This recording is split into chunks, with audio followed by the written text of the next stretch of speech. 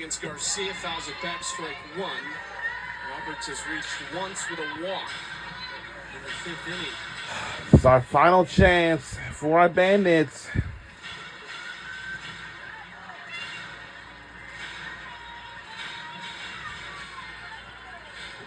It's almost 1 minute and 9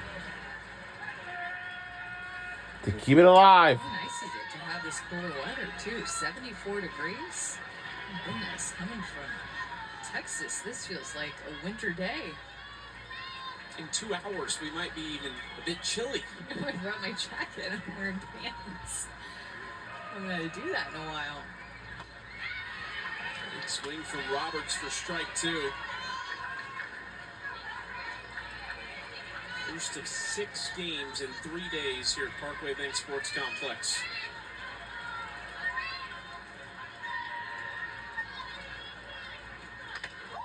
Ooh, foul back in the gut.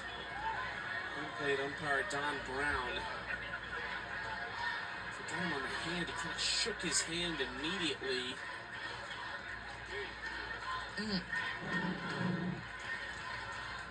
Shook! Oh! Oh! Oh! Sweet spot under the pad or around the pad there too.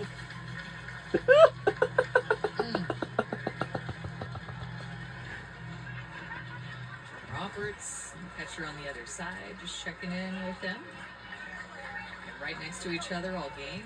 Cola. A lot of quality time that these catchers spend right next to the home plate umpire. Rachel and I will talk to Rachel Garcia for just a moment. We'll give him an extra chance to have a breather. Another 2-2 to Roberts.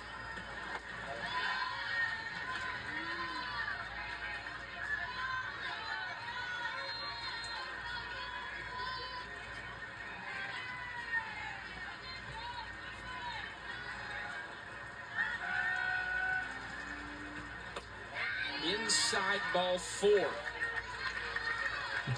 Fourth walk of the night, 3 hit by pitches as well for Rachel Garcia. She looks to close out this game. Look at her third complete game.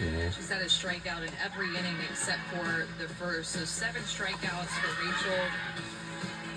Today, her rise ball has been working, throwing her curveball a bit, a pitch that even missed its spot and still got a called strike. But that rise ball has been absolutely electric, complemented with her off-speed drop ball that she just threw there.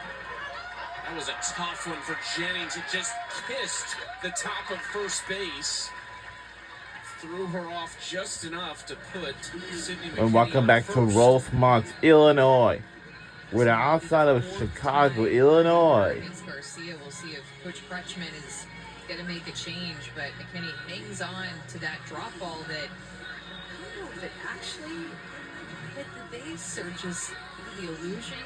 Maybe it did just a little bit, just to throw Tiare Jennings off enough where she cannot field that ground ball. Go down as an error on her.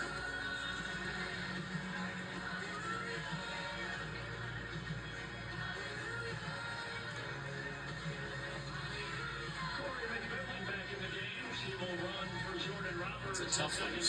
You're probably thinking as a first baseman, this could come up and hit me in the face if this hits right. McMillan going to run at second base for Roberts. Still a long way to go for the Bandits, but here we are. 2 on, nobody out, and the top of the order stepping up. Morgan Zirkle 0 for 3.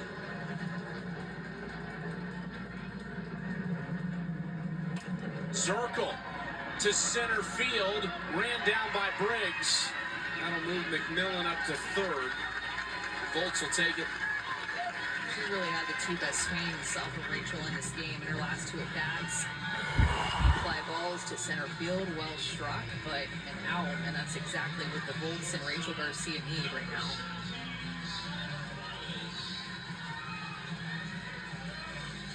Morgan Zirkle 19 hits in 12 games entering tonight. So for her to be 0 for 4 does not happen often. Skylar Wallace watches the pitch upstairs. She has reached safely in every game up to this point. So that at risk tonight for Skylar Wallace as she is yet to reach in this game.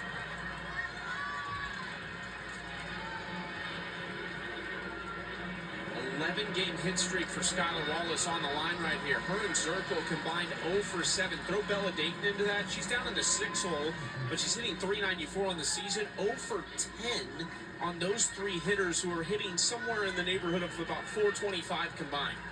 Erin Koffel has reached twice, but 1 through 3 in the lineup for the Bandits is over as well. This does not happen very often. I mean, these batting averages at the top of the order for the Bandits have been gaudy. Morgan Zirkle, 432 coming into this game. Skylar Wallace, 359, and then Erin Koffel, 478.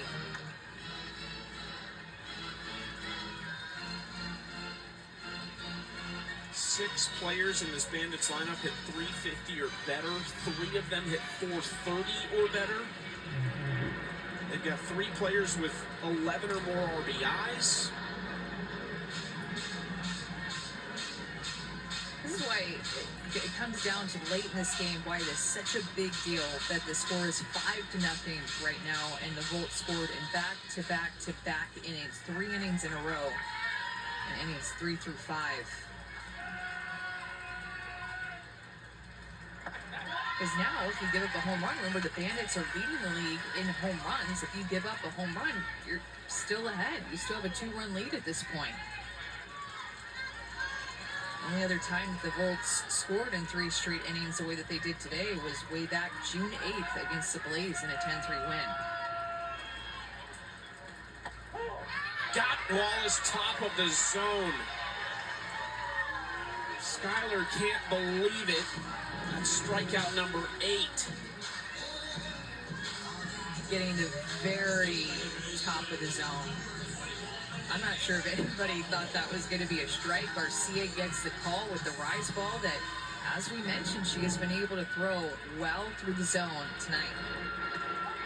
There's a little more space at the top of the zone in the AUSL, but Skylar Wallace not agreeing with that call. 2 outs and 2 on for Erin Koffel, who's been clutch in so many moments. It's not enough ducks on the pond for her to make enough of an impact with 1 swing.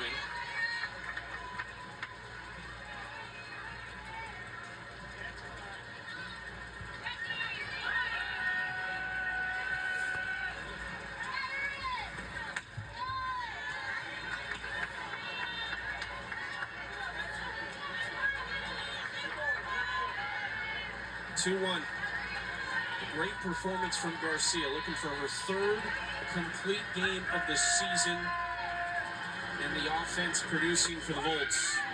For the 7th time this year, they've scored 5 or more runs, but we talked about it. On the flip side, 2 or less on 5 occasions, so it's just been so up and down offensively. They're getting the big production tonight, and they're doing it against the 2nd best pitching staff in the league.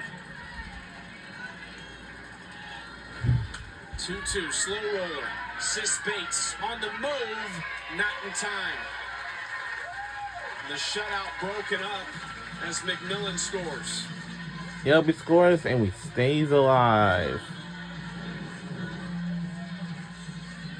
Good hustle by Erin Koffel on ball that's off the end of the bat and in between Sis and Jessie Warren over there on the left side of the infield. Sis does everything that she can, but great hustle by Koffel to get down the line and extend this game. Now Bubba takes strike 1.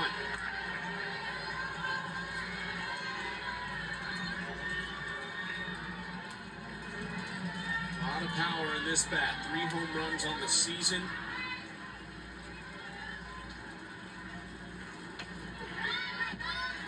Falls behind 0-2.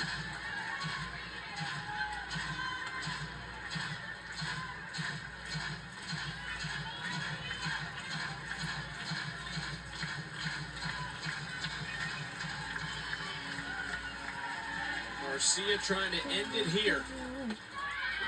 Just misses. Great spot in an 0-2 count, but just a little bit outside, and just a good take by Bubba. Got a hit off of Rachel, blasted bat on an inside pitch, and now, of course, Garcia sticking with outside pitches against her, which is the way to go.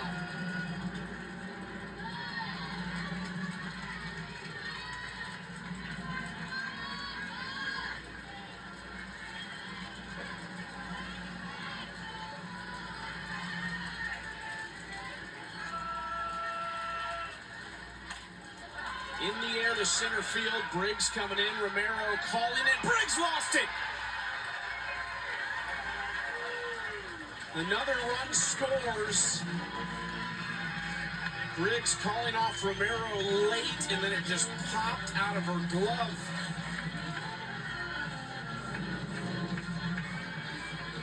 It's in the air for a long time, and you see Sierra Romero go back hard on it, and then Briggs ended up calling her off, and it was right there in her glove. They traded Briggs for her defense. This is just an uncharacteristic mistake. It will go down as a single, but Sierra Briggs is going to tell you that she should catch that ball 10 out of 10 times. Things just got really interesting here in the 7th.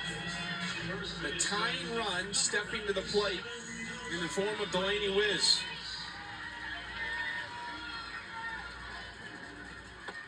Ball 1.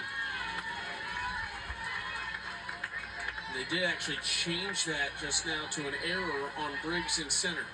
I think that's a good call. 2 errors in this inning for the Bolts. Remember, coming into this game, leading the league in errors, lowest fielding percentage in the league.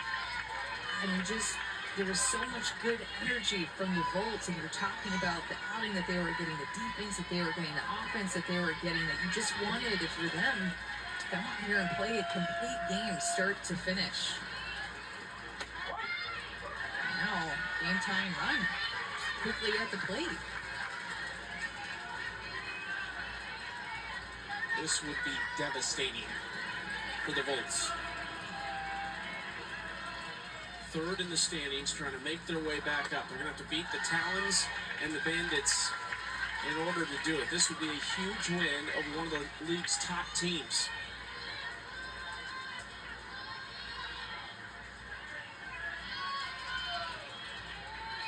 Three-one coming to Delaney Wiz, the tying run. Wiz into left field, they keep it going. And we score another. And now the go-ahead run steps to the plate. It's a little backdoor curveball that Rachel Garcia has to come with, and a hitter's count needs a strike, and a 3-1 count goes to her backdoor curve. It's a little bit elevated. She's now 130 pitches into this game. Hey.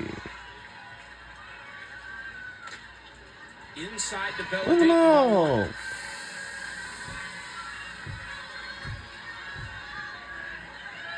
Rachel Garcia going to get an opportunity to close this out. 1st and 2nd, 2 outs in the 7th.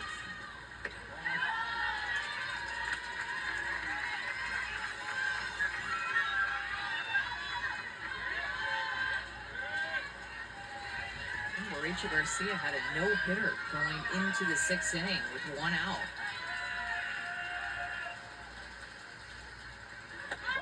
Here's strike 1.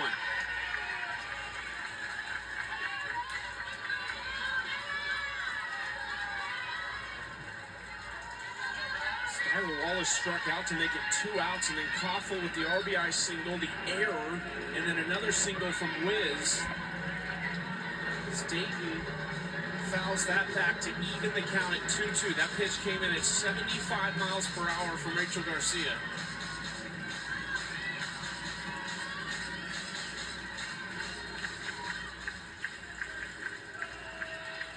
Two-two.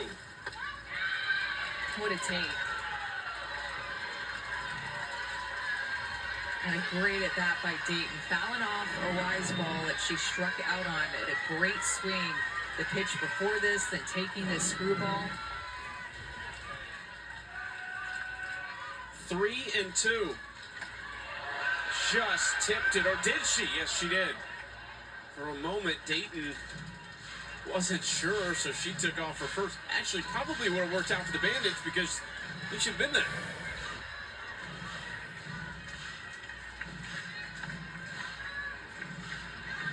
Ella Dayton is 0 for 3 tonight. She has struck out twice against Garcia. The other was a hard-hit line drive to Sis Bates.